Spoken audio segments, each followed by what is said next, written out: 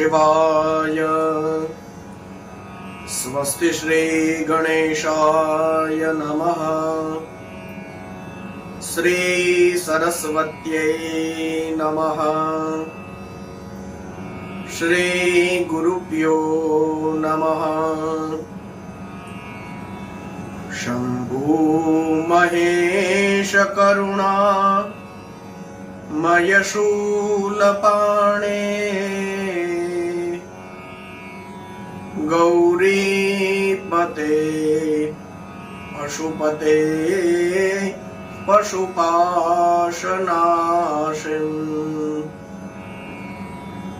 काशीपते करुणया जगदेकदेका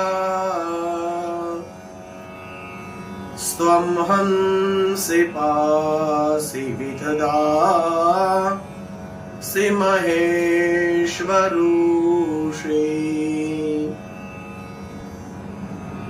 त्वत्तो जगद्भवति देवभव स्मरारे। त्वय्येव तिष्ठति जगन् मृडविश्वनाथ। त्वय्येव गच्छति लयं जगदेतदीश। लिंगात्मकं हरचराचर विश्वरूपिन्। श्री सोमनाथ महादेव की जय। सद्गुरु भगवान की जय।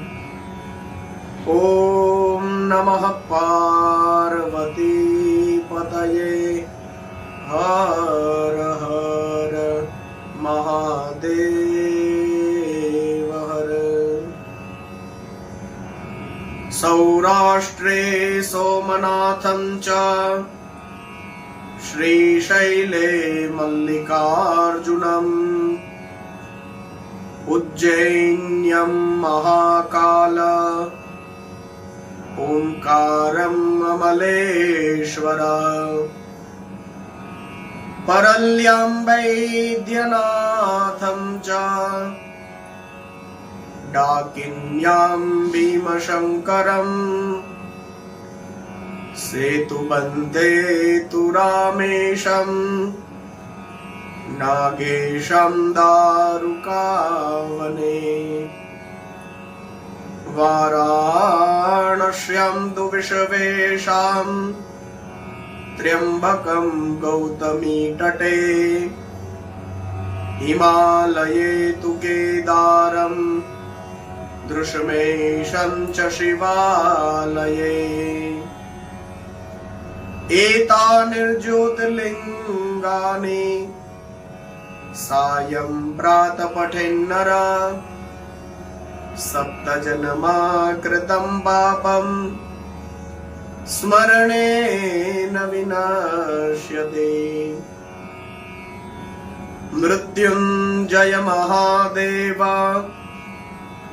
त्राहि मां शरणागतम्। जन्म मृत्यु जरा व्याधि पीडितं कर्म बंधने। श्री सोमनाथ महादेव की जय। आप सभी भगवान महादेव के लाडीले भाई और बहनों को सस्नेह पूर्वक जय श्री कृष्णा, जय सिया राम, ओम नमः शिवाय। आइए हम सब मिलकर के भगवान महादेव की कृपा प्रसाद को प्राप्त करते हैं और हमारे जीवन को सफल बनाते हैं। कथा प्रभा आपको स्मरण ही होगा, भगवान के 12 ज्योतिर्लिंग का प्रागट्य कैसे हुआ, इसकी चर्चा हमने कल करी। जिसमें भगवान सोमनाथ, भगवान मल्लिकार्जुन और भगवान महाकाल की उत्पत्ति की कथा का दर्शन हमने करने की चेष्टा करी। आइए आगे भी भगवान के जो ज्योतिर्लिंग है उस कथा का हम दर्शन करते हैं। फिर भगवान महादेव के महाकाल की उत्पत्ति का प्रसंग है और उन्होंने अवतार लिया तो महाकालेश्वर नाम से भगवान का वह शिवलिंगम पूरे संसार में विख्यात हुआ है। तो इस कथा को हमने सुना। आइए अब आप चौथे शिवलिंगम का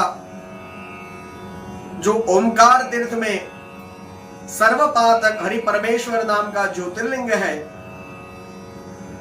तो सौनकादि ऋषि मुनियों ने उस कथा को सुनना चाहा तो श्री शुद्ध पुराणी ने कहा कि एक बार भगवान नारद मुनि गोकर्ण नाम के शिव जी के पास रह करके प्रेम से भक्तिपूर्वक उनकी सेवा कर रहे थे।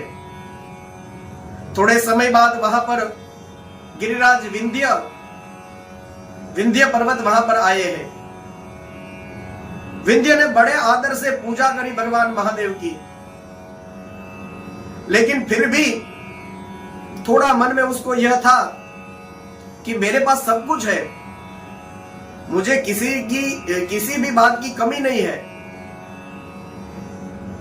तो ऐसा मन में भाव रख करके विंध्याचल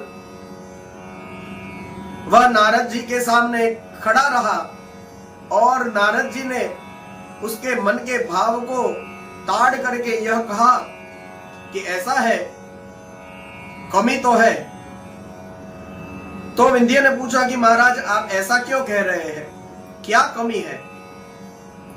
तो कहा कि भैया ऐसा है कि वैसे तो आपके पास सब कुछ है, लेकिन सुमेरु जो पर्वत है वह आपसे बहुत ऊंचा है और उसके शिखरों पर तो देवता लोग रहते हैं और आपका ऐसा नहीं है। तो ये सब सुन करके विंध्य पर्वत को थोड़ा ईर्षा भाव मन में आया। तो फिर वह तो भगवान विश्वनाथ के पास गया है और जहां पर यह ओमकारेश्वर शिवलिंगम है वहां जाकर के उसने तपस्या करी है। 6 मास तक निरंतर भगवान शंभु की तपस्या करी। भगवान महादेव प्रसन्न हुए और कहा कि वरदान मांगो। तो विंध्य ने कहा कि महाराज मुझे जो कार्य सिद्ध करना है उसके लिए अभिष्ट बुद्धि की जरूरत है और वह मुझे आपकी कृपा से ही प्राप्त होगी। तो भगवान महादेव ने तो वैसे वो समझ गए थे कि यह होड़ में लग गया है, यह स्पर्धा करना चाहता है, लेकिन फिर भी कहा कि जो होना सो हो जाएगा। तो ठीक है, यह कह करके भगवान महादेव ने कहा कि तुम जो चाहा है तो वह तुम करो। यह कह करके भगवान महादेव ने उसको वरदान दे दिया है और उसके बाद में निर्मल अंतःकरण वाले ऋषि और देवता लोग वहां आए हैं। भगवान महादेव प्रकट हुए तो फिर कहा कि महादेव आप कृपा करके यहीं पर ठहर जाइए। तो भगवान महादेव यह सुन करके परमेश्वर शिव प्रसन्न हो गए और उन्होंने कहा कि विंध्य पर्वत को कहा कि जो हुआ सो हुआ, लेकिन लोगों को सुख की प्राप्ति होगी। और इस वजह से आनंद से सहर्ष भगवान महादेव ने वही किया और वहां पर जो ओमकार लिंग था वही 2 स्वरूपों में विभक्त हो गए। तो शिव पुराणों अनुसार प्रणव में जो सदाशिव थे वही ओमकार नाम से विख्यात हुए हैं और पार्वती मूर्ति में जो ज्योति प्रतिष्ठित हुई है उसका नाम परमेश्वर है। यह परमेश्वर ही अमलेश्वर कहा जाता है और यह अपभ्रंश शब्द है। शुद्ध शब्द क्या है? शुद्ध शब्द है अमरेश्वर। लेकिन हमारे यहां व्याकरण में र और ल में भेद नहीं मानते, इसलिए अमलेश्वर भी कहे जाते हैं। और अमरेश्वर ऐसा भी शब्द शिव पुराण में हमको पढ़ने को मिलता है। तो दो लिंग हो गए। तो वैसे तो 12 ज्योतिर्लिंग है, लेकिन ओमकारेश्वर और परमेश्वर दोनों ही एक दोनों में मिल करके एक ज्योतिर्लिंग है। तो फिर वह दो ना गिने तो 12 के 12 ही रहेंगे, नहीं तो 13वां हो गया। तो इसके बाद में फिर उत्तम केदार नाम का जो ज्योतिर्लिंग है उसकी कथा बताई है। कहते हैं कि भगवान विष्णु का जो नर नारायण नाम अवतार है वो 2 रूप में, तो वे बद्रिका आश्रम में तपस्या करते हैं और दोनों ही पार्थिव लिंग बना करके और उसमें स्थित होकर के पूजा ग्रहण करने के लिए भगवान महादेव को प्रार्थना करते हैं। तो शिव जी तो भक्तों के अधीन है, इसलिए वह पार्थिव का लिंग की जब पूजन हुआ तो उस समय जैसे ही नर नारायण ने प्रार्थना करी है, भगवान महादेव प्रसन्न होकर के कहते हैं कि मैं तुम दोनों की आराधना से संतुष्ट हूं और आप दोनों ही मुझसे कुछ वरदान मांग लो। तो फिर उनका कहना सुन करके भगवान नर नारायण ने लोगों के हित की कामना से कहा कि देवेश्वर, यदि आप प्रसन्न है तो इसी स्वरूप से पूजा करने के लिए आप यहीं पर स्थित हो जाइए। तो दोनों बंधुओं ने यह कह करके अनुरोध से कल्याणकारी महेश्वर को नमस्कार किए हैं। तो इन दोनों के अनुरोध से कल्याणकारी महेश्वर हिमालय के उस केदार तीर्थ में स्वयं ज्योतिर्लिंगम के रूप में ही स्थित हो गए हैं। तो यह केदारेश्वर का महात्म्य बताया गया है। और इसके बाद में भीमाशंकर नाम से जो प्रसिद्ध है, तो पहले तो हम ये गलती सुधार लें। यह भीमाशंकर नाम से जो प्रसिद्ध है, भीमाशंकर नाम से प्रसिद्धि मिली है। तो भीमशंकर नाम का जो ज्योतिर्लिंग है उसका महात्म्य है। और यह कामरू देश में लोक हित की कामना से भगवान महादेव साक्षात ज्योतिर्लिंगम के रूप में अवतीर्ण हुए थे। वैसे महाराष्ट्र में माना जाता है, लेकिन यहाँ पर कामरूप देश लिखा है। तो असम में गुवाहाटी के आसपास में कहीं पर यह है, ऐसा कहा जाता है। तो फिर उसकी कथा बताते हुए कहा कि भीम नाम का एक महापराक्रमी राक्षस हुआ था और वह अपनी माता के साथ सह्याद्री जो पर्वत है उस पर निवास करता था। एक दिन उस भीम ने कहा कि मां, तुम्हारे साथ मैं रहता हूं, लेकिन मेरे पिताजी कहां हैं? आप अकेली क्यों रहती हैं? मैं ये सब जानना चाहता हूं। तो वह करकटी नाम था उसका, भीम की जो माता थी उसका नाम करकटी था। उसने कहा कि कुंभकर्ण तुम्हारे पिता है, श्री राम ने उसको मार दिया है। इसके बाद में फिर मैं अपने माता पिता के पास रहती थी, लेकिन वह भी एक सुदीक्षण नाम के जो थे अगस्त्य के शिष्य, तो मेरे माता पिता उसको खा जाने के लिए वहां पर गए।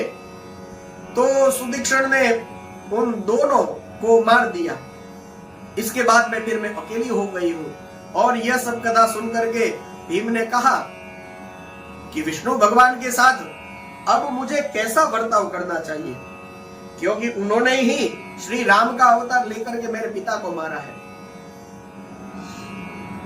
तो मेरे नाना नानी को भी मार दिया, तो यह उन्होंने तो मुझे बड़ा दुख दिया है। तो यह कह करके फिर उसके बाद में महान तपस्या करने के लिए वह निकल गया है। घर से निकल के ब्रह्मा जी की तपस्या करी है, 1000 वर्ष तक महान तपस्या करी। फिर ब्रह्मा जी प्रसन्न हुए, वरदान मांगने के लिए कहा। तो भीम ने कहा कि आज मुझे ऐसा बल दे आप कि जिसकी तुलना कहीं भी ना हो सकती है, कहीं भी नहीं हो सकती। तो वरदान देकर के ब्रह्मा जी तो विदा हो गए और इसने तो फिर भयानक पराक्रम किया है, देवताओं सबको जीत लिया है और एक बार तो श्री हरि को भी उसने युद्ध में हराया, भगवान विष्णु को भी। और फिर कामरूप देश का जो राजा था सुदक्षिण, उसको जीतने के लिए वहां गया है, तो उसने सुदक्षिण को हरा दिया और एकांत स्थान में ले जा करके बंद कर दिया। और वहां पर बैठ करके भी वह सुदक्षिण जो था वह भगवान शिव के भक्त थे, तो महान भक्त होने के कारण वे पार्थिव लिंगों को बनाते और उसकी पूजा करते। तो एकांत में उनको कैद कर लिया है, फिर भी सुदक्षिण भगवान महादेव के भक्त थे, तो वहीं पर उन्होंने पार्थिव लिंग बनाना चालू कर दिया और ओम नमः शिवाय का जाप करते उनकी जो राजवल्लभ उनकी पत्नी थी दक्षिणा, उसने भी प्रेम पूर्वक पार्थिव लिंगों का पूजन चालू रखा है। और दंपति अनन्य भाव से भक्तों का कल्याण करने वाले भगवान महादेव की उपासना कर रहे थे। तो इस तरह से भगवान महादेव अत्यंत प्रसन्न हुए हैं। उधर वह राक्षस यज्ञ आदि कर्मों का लोप करने लगा और धर्म का लोप करने वाला, क्योंकि इतना शक्तिशाली, तो उसके सामने कोई ठहर ही नहीं पाए। तो सभी देवता और ऋषि अत्यंत पीड़ित होकर के महाकोशी के तट पर गए हैं और भगवान महादेव की आराधना और स्तवन करने लगे हैं। तब भगवान महादेव प्रसन्न हुए और कहा कि वरदान मांगिए। देवताओं ने कहा, महाराज वह भीम नाम का राक्षस सभी को निरंतर पीड़ा दे रहा है और आप इस दुखदायी राक्षस का उद्धार करिए। शंभु ने कहा, आप बिल्कुल चिंता मत करो।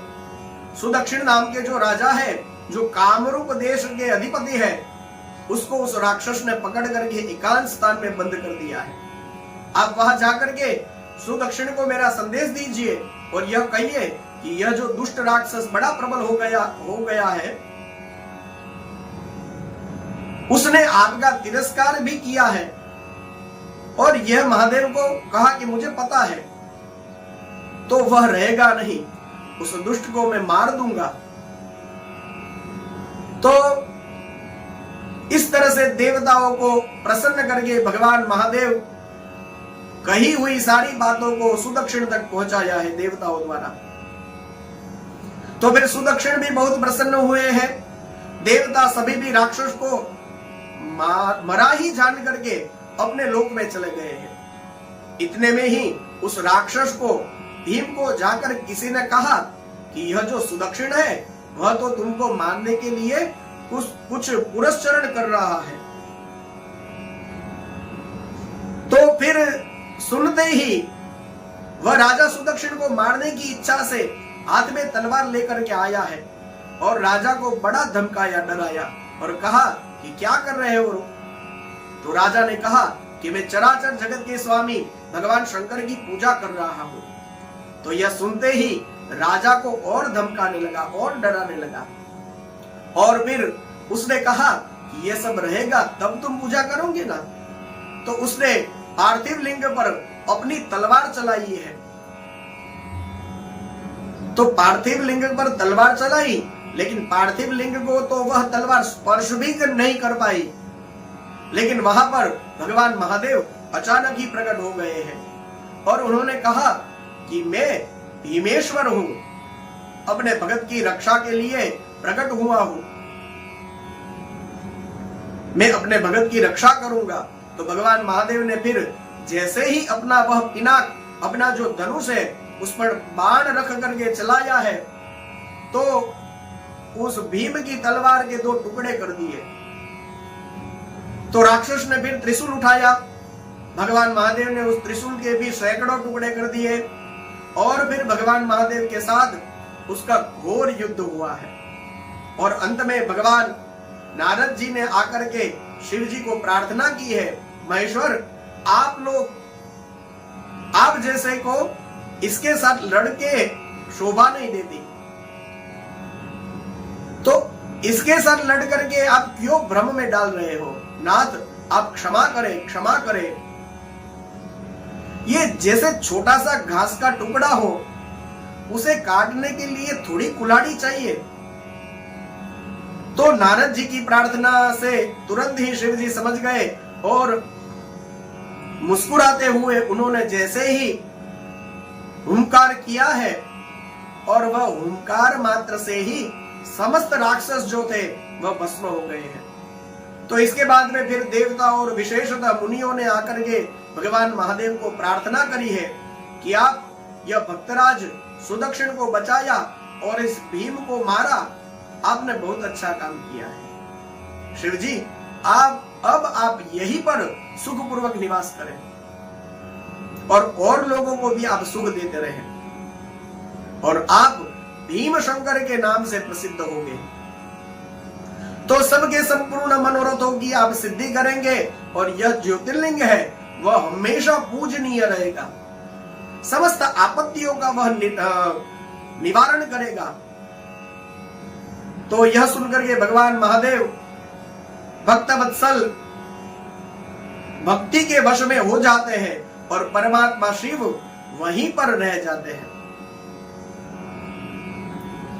यह भीमशंकर ज्योतिर्लिंग है, उसकी महिमा बताई गई है और इसके बाद में विश्वेश्वर ज्योतिर्लिंग की महिमा शिव पुराण में बार बार जो विश्वनाथ है, काशी विश्वनाथ कहते हैं हम, तो बार बार विश्वनाथ विश्वेश्वर ज्योतिर्लिंगम के रूप में यहां पर उसका वर्णन आता है।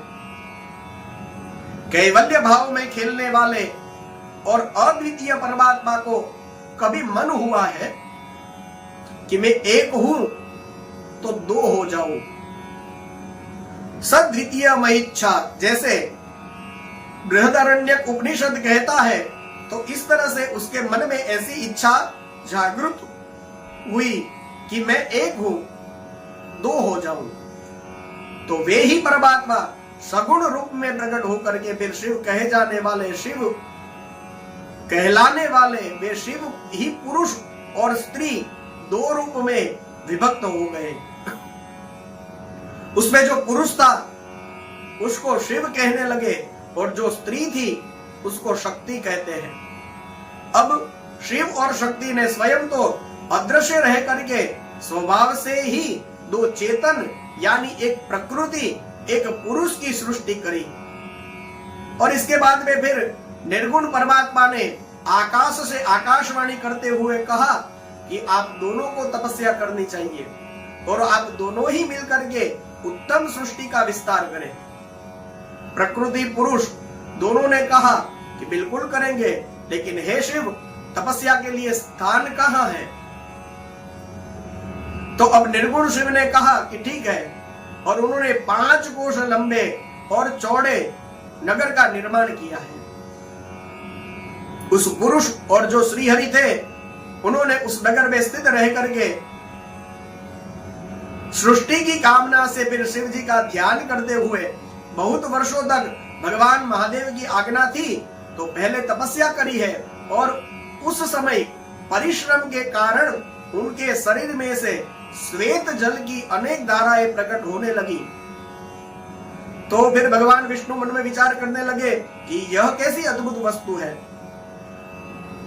तो तब तक तो उनका मस्तक हिला और उनके कान से एक मणि वहां पर गिर गई। तो वह मणि जहां गिरी उसको मणिकर्णिका कहते हैं। यह स्थान काशी में बहुत प्रसिद्ध है जहां महाश्मशान है और उस श्मशान की जो कहते हैं चिता की आग है वह कभी भी बुझती नहीं है। तो एक के बाद एक वहां पर वो जो घाट है सब बार बार आते ही रहते हैं और जलाए जाते हैं। तो यह मणिकर्णिका घाट जो बड़ा प्रसिद्ध है यह तीर्थ हो गया। तो वह भगवान के कान से मणि गिरी है तो मणि और कर्णिका, कर्ण कहते हैं कान को। तो अब तो जब पूर्व काल जल राशि थी और रहने को कोई स्थान नहीं था तो उसमें यह पंचकोशी है वह भी डूबने लगी। तो उस समय जो निर्गुण शिव है उन्होंने तुरंत ही वह त्रिशूल के द्वारा उसको धारण कर लिया है और इसके बाद में फिर भगवान विष्णु ने वहां पर अपनी पत्नी जो प्रकृति है उसके साथ शयन किया है, इसके बाद में फिर भगवान शिव ने एक बार विचार किया है कि यह जो ब्रह्मांड के अंदर कर्म पाश से बंधे हुए जीव है, तो फिर यदि उन पर मैं कृपा न करूं तो उनकी मुक्ति कैसे हो। तो मुक्तिदायी जो यह पंचकोशी है उसको उन्होंने इस जगत में छोड़ दिया।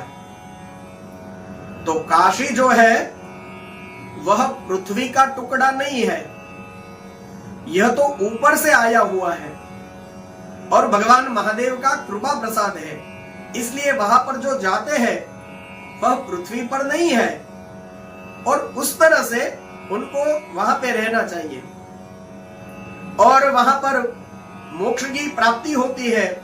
यहाँ पर स्वयं परमात्मा ने अवमुक्त लिंग की स्थापना करी है और कहा है कि हे मेरे अंशभूत हरे, आपको इस क्षेत्र का त्याग नहीं करना चाहिए। यह कहकर के भगवान हरि ने वह त्रिशूल से अपनी जो यह भगवान हरि ने जो त्रिशूल से अपनी जो यह पंचकोशी थी या काशी है, जो उसको भूतल में स्थित कर दिया है। कहते हैं कि कर्मों का कर्षण कर लेती है, चाहे सत्कर्म चाहे दुष्कर्म, जो कुछ भी किया हो उसको खींच लेती है और विलीन कर देती है, इसलिए इसको काशी कहा जाता है। काशी में अभिमुक्तेश्वर शिवलिंगम जो है वह हमेशा विराजमान रहता है और अन्य दूसरे जो मोक्षदायक धाम है उसमें दूसरे दूसरे प्रकार की मुक्तियों की प्राप्ति होती है, जैसे सारूप्य हो गया और सालोक्य हो गया, तो यह दूसरी दूसरी मुक्तियां प्राप्त होती है। लेकिन सायुज्य मुक्ति इसका अर्थ है कि भगवान में ही मिल जाना, यह मुक्ति तो केवल काशी में ही मिलती है, वहां पर ही उपलब्ध है, ऐसा शिव पुराण कहता है।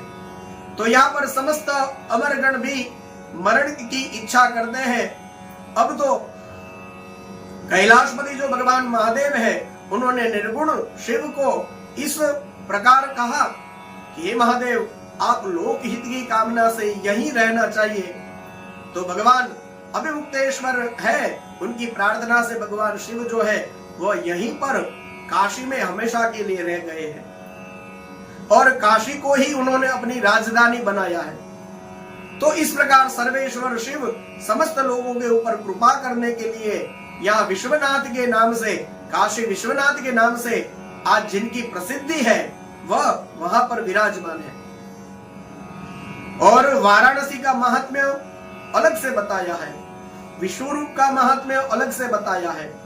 अभिमुक्त क्षेत्र का महात्म्य बताने के बाद में अब सुध पुराणी जो सामने मुनिवर बैठे हैं उन सबको कहते हैं कि सुनिए, अब मैं सदगुरु भगवान वेद व्यास के मुख से सुनी हुई जो त्र्यंबकेश्वर ज्योतिर्लिंगम है उसकी उत्पत्ति की जो कथा है उसका महात्म्य जो है उसको मैं आपके सामने वर्णन करता हूँ, आप प्रेम से सुनो।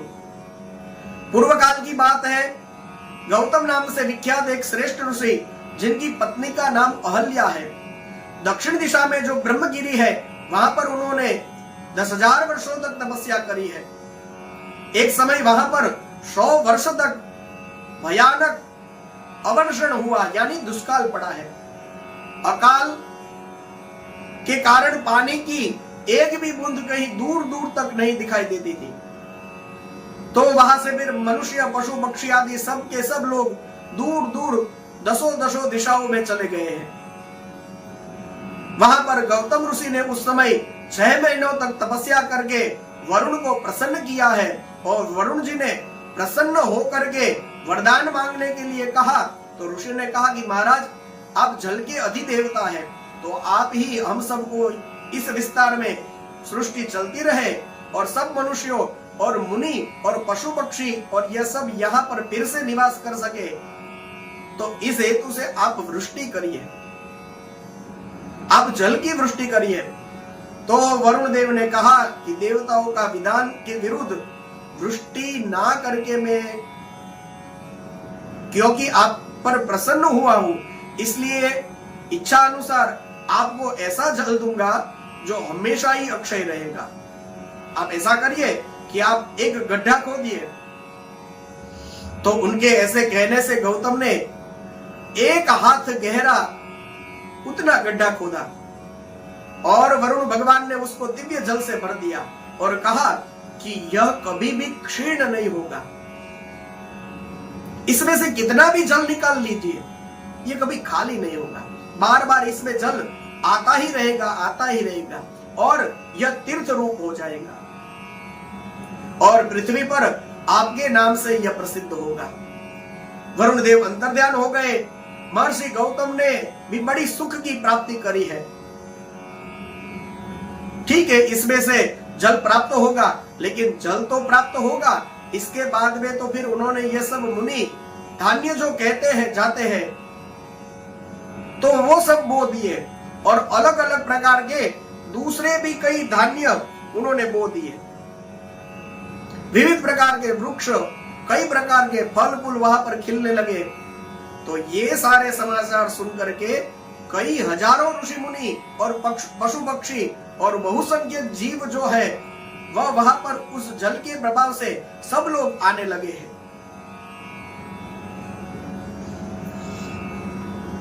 अनेक शुभ कर्म परायण ऋषि भी वहां पर अपने शिष्यों सहित, अपने परिवार सहित वहां पर निवास करने लगे। तो गौतम जी के प्रभाव से उस आश्रम में खूब आनंद छा गया। एक बार वहां गौतम के आश्रम में जाकर के वसी हुई जो ब्राह्मण की स्त्रियां थी वह पानी को ही निमित्त बना करके अहल्या पर कुछ नाराज हो गई।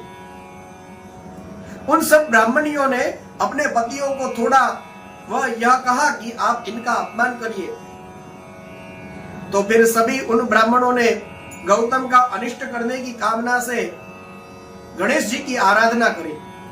गणेश जी प्रकट हुए, वरदान मांगने के लिए बोला तो कहा कि बस आप ऐसा कुछ उपाय करिए कि जिस वजह से सारे ऋषि मुनि जो है वह डरा धमका करके लेकिन गौतम को इस आश्रम से निकाल दे। तो फिर गणेश जी ने कहा कि आप जो ये कर रहे हो तो ये सब उचित काम तो नहीं है।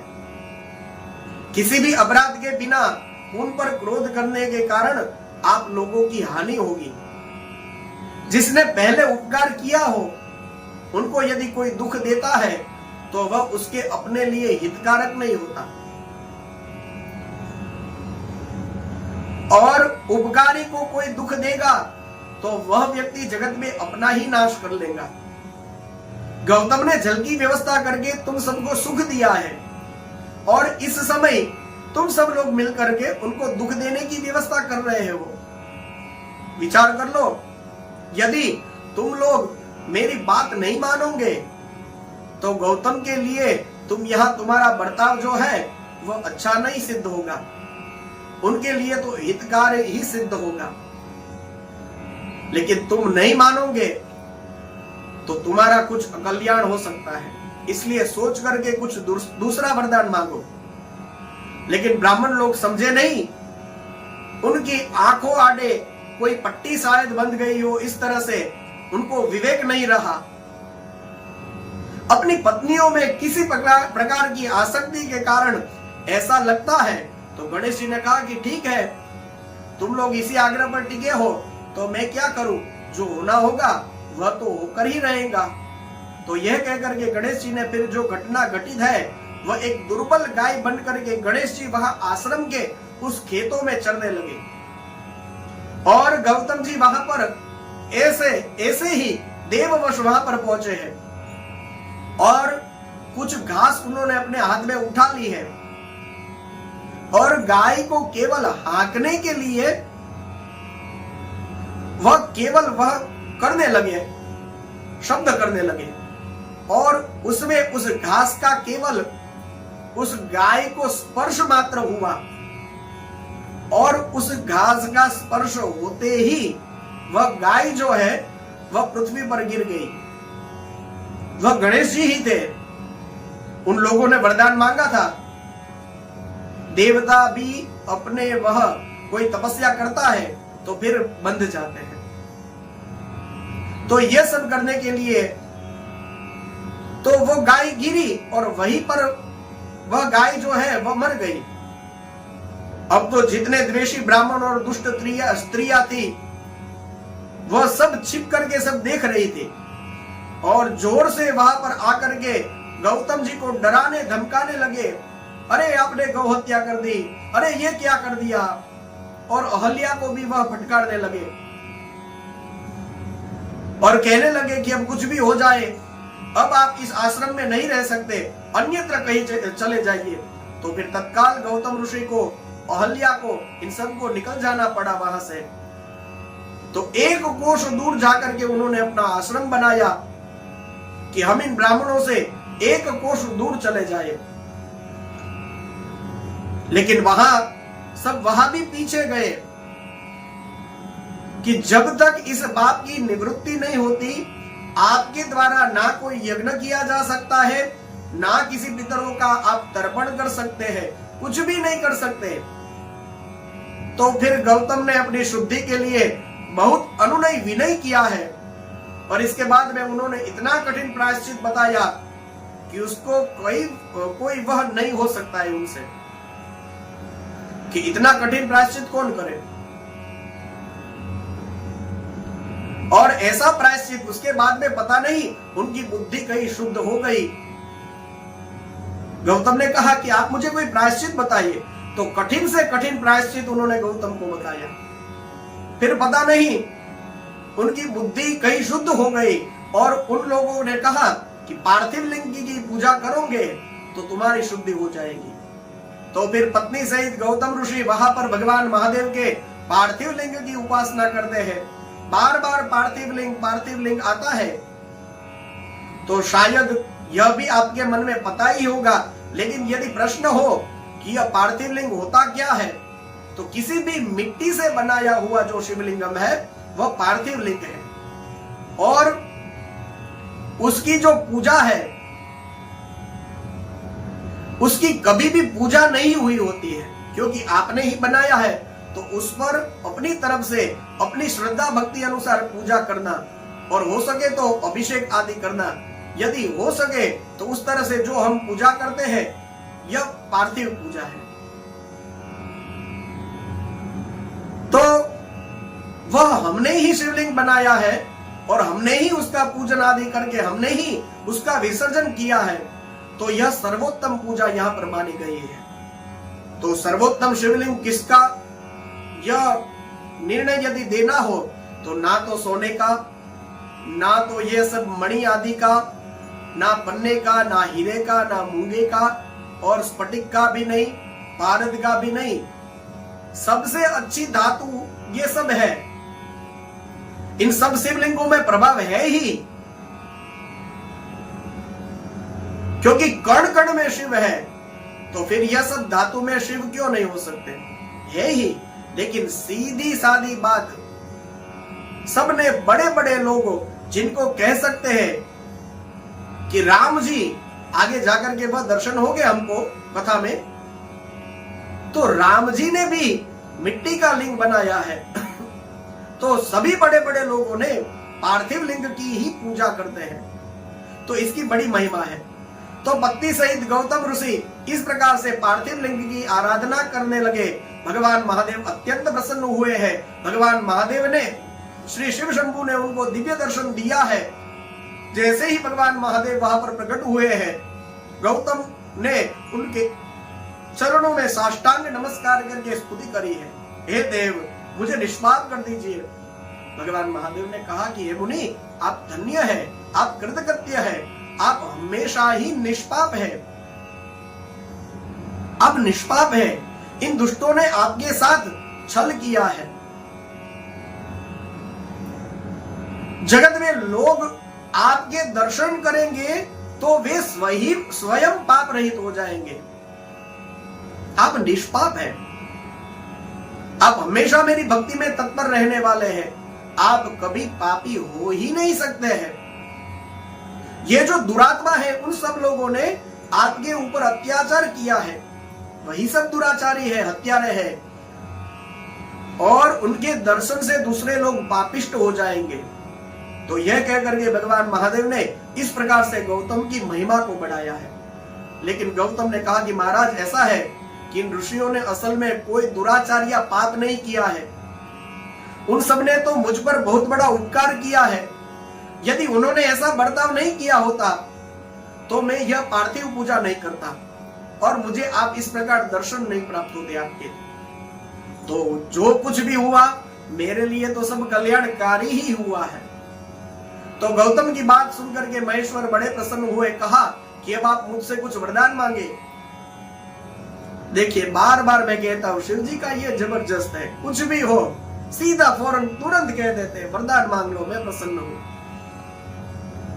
तो इसीलिए तो उनको आशुतोष, आशु माने तुरंत, तोष माने प्रसन्न, तुरंत प्रसन्न हो जाने वाले हैं। तो गौतम ने कहा कि महाराज और क्या कहूं, दोनों चरण पकड़ लिए और कहा कि आप प्रसन्न है तो आप मुझे गंगा का प्रदान करें और यह कह करके आप महान उपकार करिए मुझ पर। तो फिर भगवान महादेव ने गंगा जी दिया है गौतम ऋषि को और गौतम ने कहा कि हे गंगे आप धन्य है, आप संपूर्ण भुवन को पवित्र किया है। निश्चित रूप में नरक में पड़ने वाले इस गौतम को यानी मुझे आप प्रसन्न करिए, पवित्र करिए। तो शिव जी ने गंगा को कहा कि आप मुनि को पवित्र करिए और फिर वापस मत जाइए, वहीं वैवस्वत मनु के 28वें कलयुग तक अभी जो चल रहा है वो यह 28वां कलयुग है। तो यहां तक आप इस पृथ्वी पर ही रहिए। गंगा जी ने कहा कि मेरा महात्म्य सब नदियों से अधिक हो और गंगा कहती है कि अंबिका और गणों के साथ हे महादेव आप भी यहां रहने के लिए तैयार हो तो फिर मैं इस धरातल पर रहने जाऊंगी। गंगा जी की बात सुनकर के भगवान शिव ने कहा ठीक है मैं आपसे अलग थोड़े ही हूं, तो फिर भी आप जैसा कथन करती है तो इसमें कोई फर्क नहीं होगा, मैं भी आपके साथ यहाँ रहूंगा। अपने स्वामी परमेश्वर शिव की इस बात को सुनकर के गंगा मन में बड़ी प्रसन्न हुई है, बड़ी प्रशंसा करने लगी है। और उस समय देवता, प्राचीन ऋषि, अनेक उत्तम तीर्थ और विविध प्रकार के क्षेत्र वहां पर आ गए हैं। सबने बड़े प्रेम से भगवान का नाम का जय जयकार किया है। तो गौतम, गंगा, गिरिशाय शिव का सबने पूजन किया है, देवताओं ने मस्तक नवाया है, सबकी प्रसन्नता पूर्वक स्तुति करी है। अब तो सब देवता को भी गंगा जी ने कहा कि आप लोग कहां जा रहे हो, आप लोग भी यहां रह जाओ। तो जब यह कहा गया तो अंबिका देवी यहां है, शिव जी यहां है, गौतम जैसे पवित्र ऋषि यहां है, गंगा जी कह रही है मैं यहां हूं, फिर आपको क्या चाहिए। तो देवताओं ने कहा कि बिल्कुल देवी आपने जैसा कहा वैसा ही होगा। जब बृहस्पति सिंह राशि पर आएगा उस समय कुंभ लगेगा, तो उस समय हम सभी देवता यहाँ पर आएंगे, आपका विशेष महिमा उस समय प्रकट होगा, उसका हम स्वीकार करते हैं। तो वहां पर गंगा जी गौतम ऋषि के लिए आए हैं, इसलिए गंगा जी को ही गौतमी कहा गया है। तो जो नासिक में गोदावरी नदी है और क्षेत्र में भी है, तो यह जो गोदावरी नदी बहती है, गोदावरी ही गंगा है, गंगा जी का ही जल बहता है उसमें, और गोदावरी ही गौतमी है, गौतमी गंगा कही जाती है। वहां पर जो भगवान महादेव विराजमान हुए हैं वही त्र्यंबक है। अंबक का अर्थ आंख होता है, और तीनों तीन आंख वाले देवता जो है वे त्रिनेत्रधारी भगवान महादेव है। शिव जी के पास तो बहुत सारे नेत्र है, तो त्रिनेत्र है, फिर त्रिपुंड है और त्रिशूल है, और सत्व, रज और तम तीनों गुणों से अतीत है, तो त्रिगुणातीत है। ऐसे भगवान महादेव के पास बहुत सारे, ऐसा कुछ भी है जो तीन तीन है भगवान महादेव के पास। त्रिनेत्र, त्रिशूल, त्रिपुंड, सत्व, रज, तम तीन गुणों से अतीत है, तो त्रिगुणातीत है। भगवान महादेव वहां पर त्र्यंबक नाम से प्रसिद्ध हुए हैं, और फिर कहा गया कि यह त्र्यंबक जो है वह गौतमी के तट पर स्थित है, बड़े बड़े पापों का विनाश कर देते हैं। जो भक्ति भाव से इस त्र्यंबक ज्योतिर्लिंग का दर्शन, पूजन, स्तवन और वंदन करते हैं वह समस्त पापों से विमुक्त हो जाते हैं। गौतम द्वारा पूजित त्र्यंबक नाम का यह ज्योतिर्लिंग इस लोक में समस्त मनोवांछित को देने वाला है। तो अब सुद पुराणी सुनाते हैं कि अब मैं वैद्यनाथेश्वर ज्योतिर्लिंग का जो पापहारी महात्म्य है उसका प्रकृत की जो कथा है उसको सुनाता हूं। रावण जो बड़ा अभिमानी और अपने अहंकार को प्रकट करने वाला था, वह उत्तम पर्वत जो कैलाश है वहां पर भक्ति भाव से भगवान महादेव की आराधना करता था। महादेव जी बड़ी वह प्रार्थना, उसने स्तुति और आराधना करी, लेकिन प्रसन्न नहीं हुए महादेव जी। तो शिव जी की प्रसन्नता के लिए वह फिर से तपस्या करने लगा और हिमालय पर्वत के दक्षिण भाग में वह वृक्ष से भरा हुआ एक वन था और वहां पर उसने पृथ्वी पर एक बहुत बड़ा खड्डा करके उसमें अग्नि की स्थापना करी और उसके पास ही वह भगवान महादेव को स्थापित करके उसने हवन का प्रारंभ किया। ग्रीष्म ऋतु में पंचाग्नि तापता था, वर्षा ऋतु में मैदानों पर खुले मैदान में वह सो जाता था और वह सर्दी की ठंडी की ऋतु जब होती तो उस समय वह जल में आकंठ मग्न होकर के खड़ा रह जाता था। आदि आदि प्रकार से उसकी जो कठिन तपस्या है वह चल रही थी। इस तरह से रावण ने बड़ी तपस्या करी, लेकिन भगवान महादेव प्रसन्न नहीं हुए। तो फिर महामना उस दैत्यराज ने अपना मस्तक काट करके शिव जी का पूजा करने का प्रारंभ किया है। वह अपना एक हाथ से मस्तक काटता और भगवान महादेव को समर्पित कर देता। तो उसने इस प्रकार अपने 9 मस्तक काट दिए, क्योंकि उसके 10 मस्तक थे। तो एक के बाद एक क्रमशः मस्तक काट के भगवान महादेव को अर्पण करता था। 9 मस्तक काट दिए और एक ही मस्तक जब बाकी रहा तब भक्तवत्सल भगवान महादेव संतुष्ट और प्रसन्न हो गए और उसके सामने प्रकट हुए और कहा कि हे देवेश्वर, आप प्रसन्न हो जाइए, मैं आपको अपनी लंका में ले जाना चाहता हूं, आप मेरे इस मनोरथ को सफल करिए। तो भगवान महादेव ने जैसे ही यह सुना तो वे अन्य मनस्क हो गए, उदास हो गए, खिन्न हो गए। उनको पता नहीं, अच्छा नहीं लगा।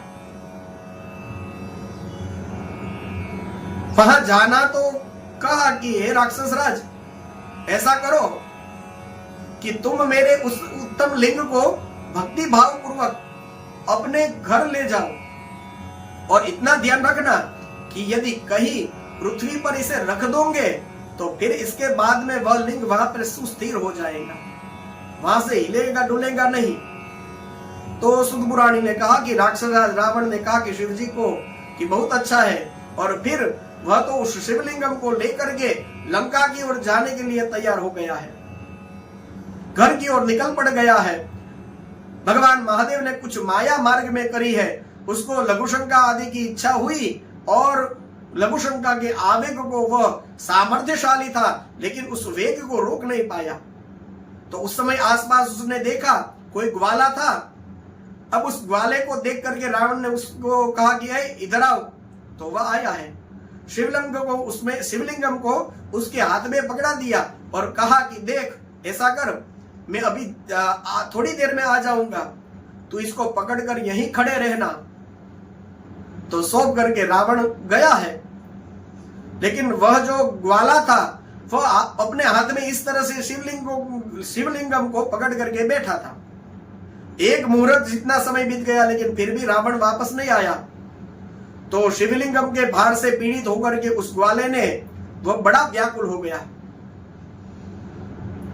भार था उसका, इसके कारण अब बिल्कुल ज्यादा उठा नहीं सकता था। तो उसने वो शिवलिंगम पृथ्वी पर वहीं पर यहां रख दिया। जैसे ही रख दिया तो फिर वह शिवलिंग था वह वहीं पर स्थिर हो गया। वही शिवलिंगम जो है वह तीनों लोक में वैद्यनाथेश्वर के नाम से प्रसिद्ध हुआ। वह सत्पुरुषों को भोग देने वाला है और मोक्ष देने वाला है। तो यह श्रेष्ठ ज्योतिर्लिंग, इसका दर्शन भी कोई करता है तो उसके पूजन से भी वह समस्त पाप आदि हरण कर लेता है। तो वैद्यनाथ नाम देवताओं ने उनका रखा है कहते हैं कि शिव जी ने अपना अमोघ दृष्टि से वैद्य की तरह रावण के समस्त मस्तकों को यथास्थान वहां जो 9 मस्तक काट दिए थे, वह अपनी अमोघ दृष्टि से भगवान महादेव ने यथास्थान उन 9 मस्तकों को छोड़ दिया और उसी वजह से उनका नाम वैद्यनाथ कहते हैं। कहा गया, यह ज्योतिर्लिंग का बताया गया। इसके बाद में नागेश्वर नाम का ज्योतिर्लिंग, वहां पर दारुक नाम का कोई प्रसिद्ध राक्षस था। एक राक्षसी थी जिसका नाम दारुका था। उसका पति जो था वह दारुक था, अत्यंत बलवान राक्षस था। उसने कई सत्पुरुषों का संहार करके बड़ा उत्पात मचाया था और वह स्वच्छंद विचरण कर रहा था। पश्चिम समुद्र के तट पर उसका एक वन था, दारुक नाम का वन था। दारुका अपने विलास के लिए वहां पर जाती थी। वही जो भूमि, वृक्ष आदि और भी वह उपकरणों के साथ जहां दारुका चली गई, तो वहां वह वन भी चला जाता था। दारुक अपनी पत्नी दारुका के साथ जहां भी वह रहता था, तो दूसरों को सबको डराता रहता था। तो सारी प्रजा, उन लोगों ने देखा कि यह दारुक और दारुका, यह दोनों अपने वन को साथ में लेकर के जहां भी जाते हैं, लोगों को परेशान करते रहते हैं। तो महर्षि औरव की शरण में गए हैं। औरव ने शरणागतों की रक्षा के लिए राक्षसों को शाप दे दिया है कि यह राक्षस यदि पृथ्वी पर प्राणियों की हिंसा अथवा यज्ञ का विध्वंस करेंगे तो उसी समय अपने प्राण से हाथ धो बैठेंगे। इसके बाद में राक्षस सब डरे हैं। अब इस अवस्था में राक्षसी दारुका ने कहा कि भवानी के वरदान से मैं मेरा इस वन को चाहूं जहां वहां ले जा सकती हूं। तो ऐसा करते हैं कि हम लोग समुद्र में जाकर के बसते हैं। राक्षस लोग पृथ्वी पर ना रह करके जल में जाकर के वह निर्भय रहे, लेकिन उनका स्वभाव था वो थोड़े ही जाएगा, तो वे वहां के प्राणियों को पीड़ा पहुंचाने लगे। एक बार तो कहा है कि कई नौकाएं वहां से निकली है और राक्षसों ने उसमें बैठे हुए सभी लोगों को पकड़ लिया है। तो उसमें सुप्रिय नाम का एक वैश्य था, वह उस दल का सरदार था और भगवान महादेव का परम भक्त भी था। तो वह स्वयं तो शिव जी की पूजा करता था, उसने अपने कई साथियों को भी शिव पूजा सिखाई थी और सभी लोग ओम नमः शिवाय मंत्र का जप करते थे। दारुक राक्षस को जब इस प्रकार का पता चला तो वह सुप्रिय को धमकाने लगा और मारने के लिए दौड़ा। तो सुप्रिय ने बड़ा ही डर लगा और उनके नेत्र जो है वह भय से अधीर हो गए, कातर हो गए और वैश्यपति ने भगवान महादेव को पुकारा है, देवेश्वर शंकर मेरी रक्षा करिए, हे महादेव मेरी रक्षा करिए, इन दुष्टों से मुझे बचाइए। कहते हुए प्रार्थना करते करते ही भगवान महादेव एक विवर से प्रकट हो गए और उनके साथ ही 4 दरवाजों वाला एक उत्तम मंदिर प्रकट हो गया।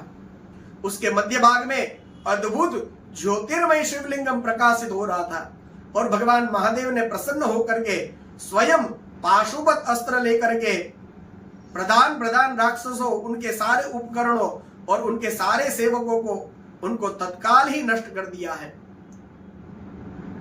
दुष्ट हंता भगवान महादेव ने अपने भक्त सुप्रिय की रक्षा की है। भगवान महादेव ने उस वन को भी वरदान दिया है, आज से इस वन में हमेशा ही ब्राह्मण, क्षत्रिय, वैश्य, शूद्र ये सब लोग रहेंगे। उन सब के धर्मों का पालन होगा। श्रेष्ठ मुनि यहाँ पर निवास करेंगे और तमोगुणी राक्षस यहाँ पर नहीं रह सकेंगे। दारुकादि को मार दिया तो वह दारुका उस राक्षस की जो पत्नी थी वह पार्वती अम्बा की स्तुति करने लगी। तो पार्वती अम्बा प्रसन्न हुई, कहा कि बताओ मैं क्या करूं। बोले मेरे वंश की आप रक्षा करिए। तो पार्वती अम्बा भगवान महादेव के पास आकर कहती है कि यह जो राक्षसी दारुका है वह मेरी ही शक्ति है, इसलिए आप ऐसा कुछ करिए कि सब मिलकर के इस वन में निवास करें, ऐसी मेरी इच्छा है। भगवान महादेव ने कहा ठीक है, तो भक्तों का पालन करने के लिए प्रसन्नता पूर्वक फिर मैं भी इसी वन में रहूंगा। जो पुरुष वर्ण धर्म के पालन में तत्पर होकर के प्रेम पूर्वक मेरा दर्शन करेंगे तो वे चक्रवर्ती राजा होंगे, और कलयुग के अंत में और सतयुग के प्रारंभ में महासेन का पुत्र वीरसेन जो राजाओं का भी राजा होगा, वो मेरा पराक्रमी अत्यंत भक्त होगा, वो पराक्रमी राजा होगा, वह यहाँ आकर के दर्शन करेगा इत्यादि जो भविष्य में होने वाली कथाएं है ये भी बताई है। और ज्योतिर्लिंगम स्वरूप में महादेव जी वहां पर स्थित हो गए, यह नागेश्वर कहे जाते हैं। आज द्वारिका जी के पास में जो नागेश्वर ज्योतिर्लिंगम है वहां की यह कथा है। और जगह भी नागेश्वर माने जाते हैं, तो शिव जी तो कहाँ नहीं है, तो हमको तो सब ज्योतिर्लिंग हमारे लिए पूज्य ही है और सब जगह हम पूजा ही करें। तो अब रामेश्वर जो ज्योतिर्लिंगम है उसकी महिमा बताते हुए कहते हैं कि जब रावण और राम अवतार में सीता जी का हरण करके चला गया, तो फिर भगवान राम सुग्रीव के साथ सेना लेकर के समुद्र के किनारे पर आए हैं। वहां पर विचार करने लगे कि समुद्र को कैसे लांगे और सबको साथ लेकर के समुद्र के सामने के पार कैसे पहुंचे। तो फिर वहां जाकर के रावण को कैसे जीतेंगे ये सोच रहे थे। तो उतने में ही श्री रघुनाथ जी को प्यास लगी, तो उन्होंने जल मांगा है। तो वानर लोग मीठा जल लेकर के आए, श्री रघुनाथ जी भी प्रसन्न होकर के उस जल को ले लिया। लेकिन तब तक तो स्मरण हो आया कि मैंने अपने स्वामी भगवान शंकर के दर्शन नहीं किए हैं और मैं ये जल कैसे पीऊं, क्योंकि राम जी की एक प्रण था कि जब तक वे शिव जी के दर्शन न करें तब तक वे जल नहीं पीते थे। तो फिर भगवान राम ने उस जल को पिया नहीं, रख दिया, और रघुनाथ जी ने वहीं पर मिट्टी से शिवलिंगम बना करके पार्थिव पूजन किया है, आवाहन आदि षोडशोपचार को प्रस्तुत किया है, विधि पूर्वक बड़े प्रेम से शिव जी की अर्चना करी है, प्रणाम और दिव्य स्तोत्र यत्न पूर्वक भगवान महादेव को संतुष्ट किया है और भक्ति भाव से उनको प्रार्थना करी है, हे मेरे स्वामी देव महेश्वर, आपको मेरी सहायता करनी चाहिए, बिना आपके सहयोग के मेरा कार्य सिद्ध होना कठिन है इत्यादि। और जैसे शिव स्तवन हुआ है और जय शंकर जय शिव करके भगवान राम बोलने लगे, तो उनके मंत्र के जप और ध्यान में वे फिर पुनः पूजा करी है रघुनाथ जी ने, और इसके बाद वे फिर अपने स्वामी के पास वे नाचने लगे हैं। और उस समय उनका हृदय जो है वह प्रेम से द्रवित हो गया है, वे फिर ध्यान में स्थिर हो गए हैं, उनका हृदय द्रवित हो गया है, वह प्रेम से द्रवित हो रहा था। और उसके बाद में भगवान महादेव के संतोष के लिए उन्होंने यानी रघुनाथ जी ने गाल बजाए हैं, अव्यक्त शब्द किया है। भगवान महादेव उन पर बड़े ही प्रसन्न हुए हैं। ज्योतिर्मय महेश्वर वामांग भूता पार्वती और पार्षद गणों के साथ शास्त्रोक्त उनका जो निर्मल स्वरूप है उसको धारण करके तत्काल वहां पर प्रकट हो गए हैं और कहा कि हे श्री राम, आपका कल्याण हो, आप वरदान मांगिए। तो उस समय रघुनाथ जी ने उनकी पूजा करी है, प्रणाम किया है और अपने विजय के लिए जो रावण के साथ युद्ध होने वाला है उसमें अपनी विजय के लिए उन्होंने प्रार्थना करी है। तब महेश्वर ने कहा कि महाराज आपकी जय हो, विजय सूचक वरदान दिया है। और युद्ध की आज्ञा प्राप्त करके रघुनाथ जी ने नतमस्तक होकर के हाथ जोड़ करके उनकी फिर प्रार्थना करी है। श्री रघुनाथ जी ने यह कहा कि यदि आप संतुष्ट है तो दूसरों की भलाई करने के लिए आप यहां पर निवास करिए हमेशा के लिए। तो फिर सुत जी कहते हैं कि श्री रघुनाथ जी के कहे जाने पर शिव जी क्यों नहीं करेंगे। तो शिव जी वहां पर ज्योतिर्लिंगम के रूप में स्थित हो गए हैं। तीनों लोकों में रामेश्वर नाम से उनकी प्रसिद्धि हुई है। बहुत सुंदर यह शब्द है रामेश्वर। इसके कई अर्थ होते हैं, राम और ईश्वर। ईश्वर का अर्थ शिव करिए, तो राम और ईश्वर दोनों वहां थे तो हरिहर हो गए। और राम के ईश्वर शिव जी यहां पर विराजमान है, यह भी अर्थ करिए। या फिर शिव जी अपना जो जिनको देख करके खेलने लगते हैं, आनंद में आ जाते हैं, तो वह राम यानी आनंद में जो जाने जाते हैं शिव जी, जिनको देख करके आनंदित हो जाते हैं, तो यह भी रामेश्वर है। तो कई प्रकार से इसका अर्थ किया जा सकता है, और यही तो स्वाभाविक रूप से रघुनाथ जी और शिव जी की लीला का आनंद है कि वे इस तरह से कुछ न कुछ खोजते हैं कि यह दोनों की एक दूसरे के, मैं यह बात इसलिए कहना चाहता हूं, दोनों ही एक दूसरे के सेवक हैं और दोनों ही एक दूसरे के स्वामी भी हैं। गोस्वामी तुलसीदास जी कहते हैं, उनके कथन के अनुसार सेवक भी है और स्वामी भी है, और दोनों ही एक दूसरे के सखा भी है। तो रामेश्वरम शिव जी को जो पूछेंगे तो कहेंगे कि राम को यदि कोई पूछेगा तो राम जी कहेंगे, शिव जी को कोई अगर पूछता है तो शिव जी कहेंगे कि राम मेरे ईश्वर है। तो राम जी है ईश्वर जिनके, तो यह रामेश्वर हो गया। और शिव जी को यदि कोई पूछता है तो शिव जी का पक्ष है कि राम जी मेरे ईश्वर है। तो राम जी को पूछिए तो कहेंगे कि राम के जो ईश्वर है वह सामने खड़े हैं, तो शिव जी मेरे स्वामी है। तो दोनों एक दूसरे के सेवक और स्वामी और सखा भी है। तो रामेश्वर नाम का यह दिव्य ज्योतिर्लिंगम प्रसिद्ध यहां पर हुआ है। उनके प्रभाव से ही अपार समुद्र अनायासी पार किए जा सकते हैं। श्री राम ने रावण आदि राक्षसों का शीघ्र संहार किया था, अपने प्रिय सीता जी को प्राप्त किया था।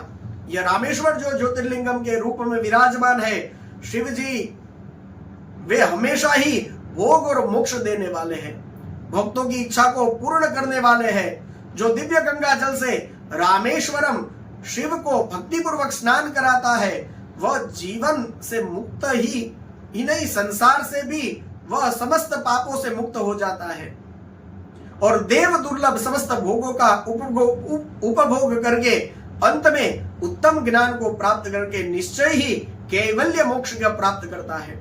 तो इस तरह से रघुनाथ जी के द्वारा स्थापित रामेश्वर ज्योतिर्लिंगम की महिमा सुनाई गई।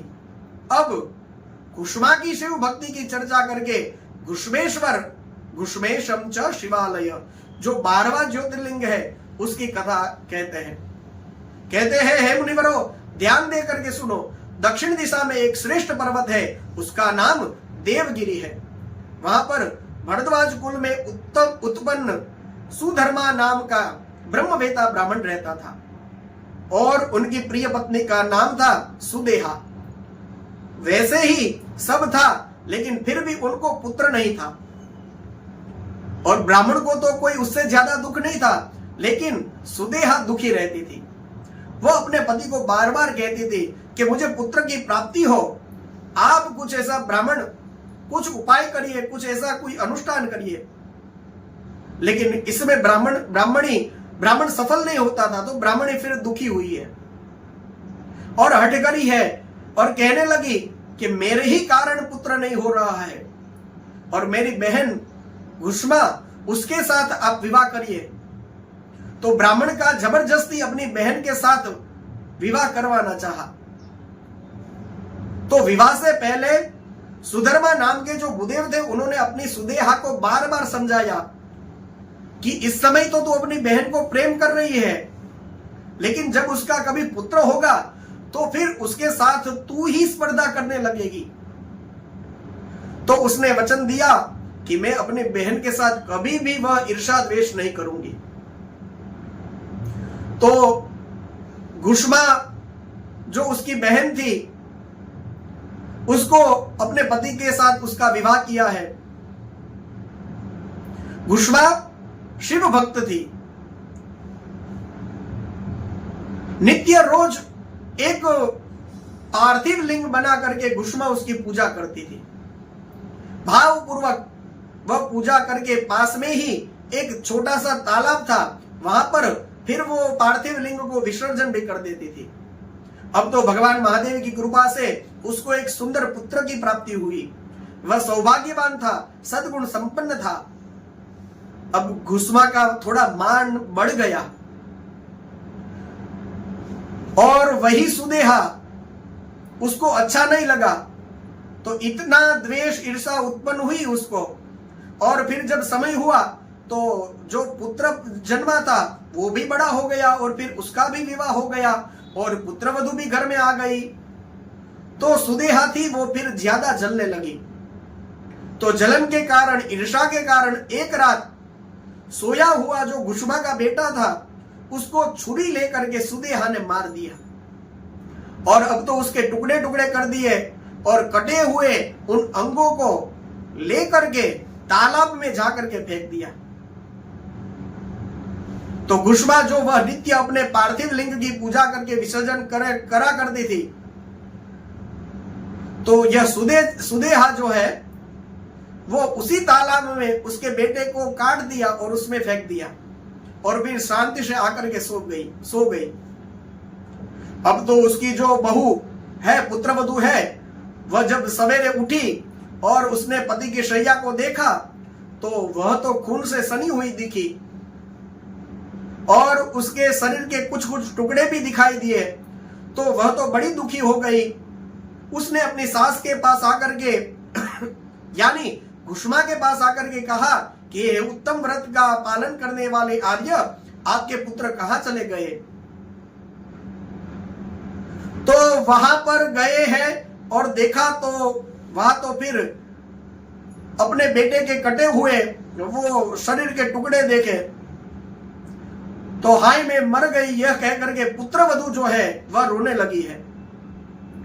और उसकी जो सुधर्मा बड़ी बहन थी सुदेहा, वह भी वहां आकर के झूठ मूठ हाय मर गए ये सब कह करके दुख में डूब गई।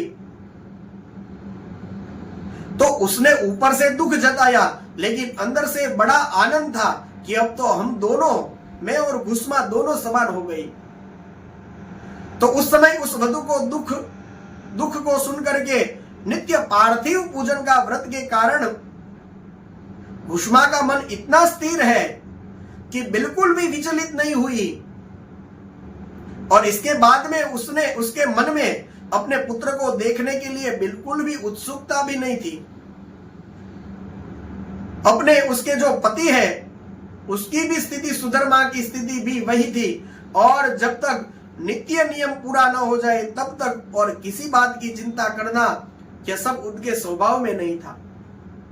तो दोपहर तक पूजा चली और जैसे ही पूजा पूरी हुई घुसमा ने अपने पुत्र की भयंकर शैया के ऊपर दृष्टिपात किया है, लेकिन मन में कुछ भी किंचित मात्र भी उसको दुख नहीं हुआ। वह सोचने लगी कि जिन्होंने यह पुत्र दिया था तो वही उसकी रक्षा करेंगे। तो भगवान तो भक्त प्रिय कहे जाते हैं, काल के भी काल है, सत्पुरुषों के आश्रय है, वे सर्वेश्वर शंभु ही हमारे रक्षक है। वह जो माला गूंथने वाला जो माला बनाता है वह सभी मणियों को इकट्ठा करता है और उसकी कभी मर्जी हो तो कुछ ऐसा हो तो वह सारे फिर वह मणियों को फिर अलग भी कर देता है।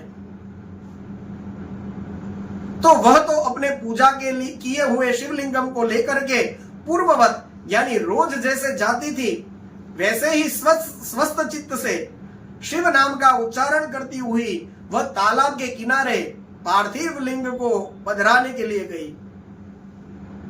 पार्थिव लिंग को तालाब में पधार दिया और फिर जब वह घर वापस आ रही थी तो उसने देखा कि उस तालाब के किनारे पर उसका पुत्र खड़ा है।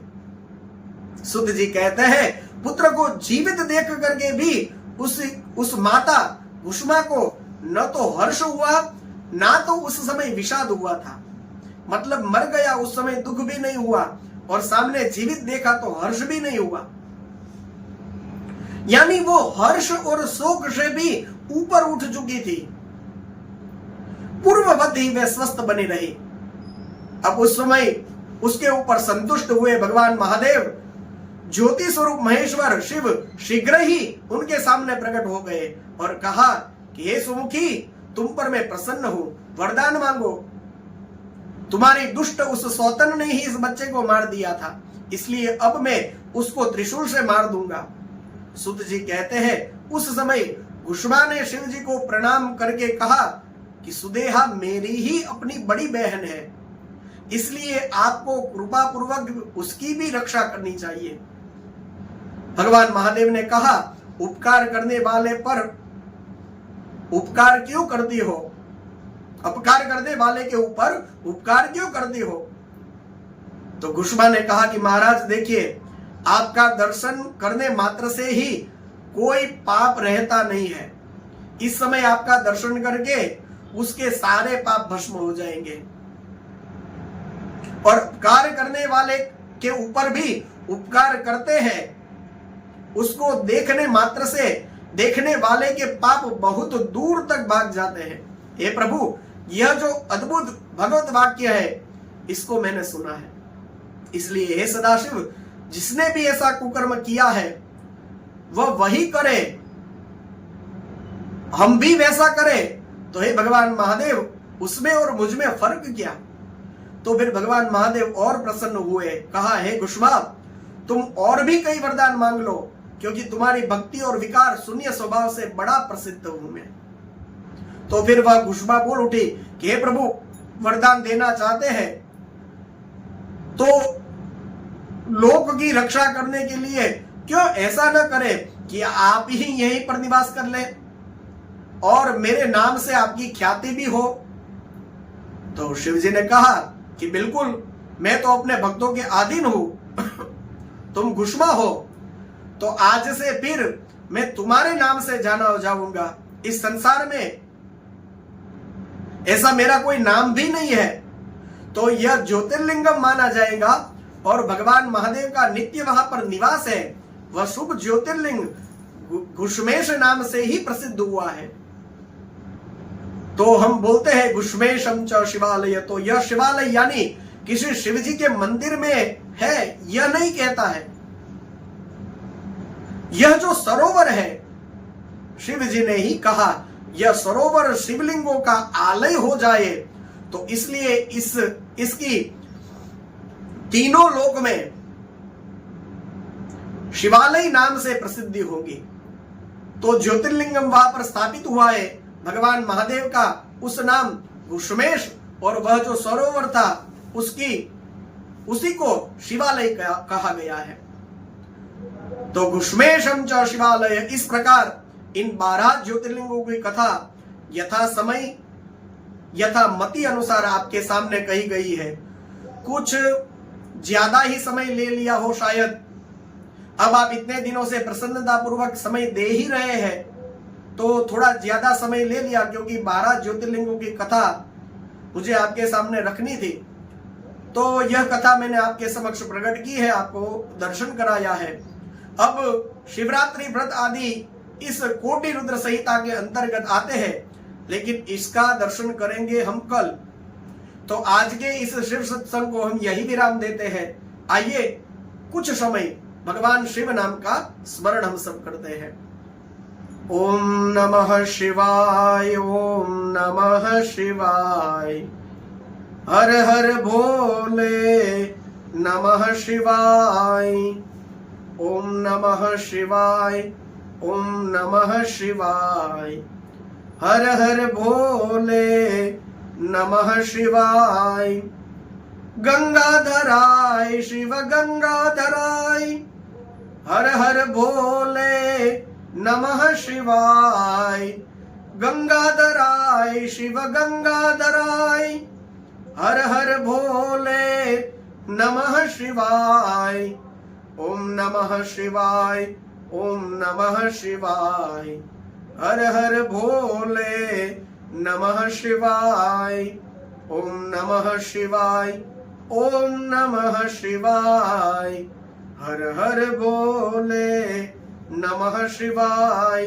श्री सोमनाथ महादेव की जय, सद्गुरु भगवान की जय। ओम नमः पार्वती पतये, हर हर महादेव हर।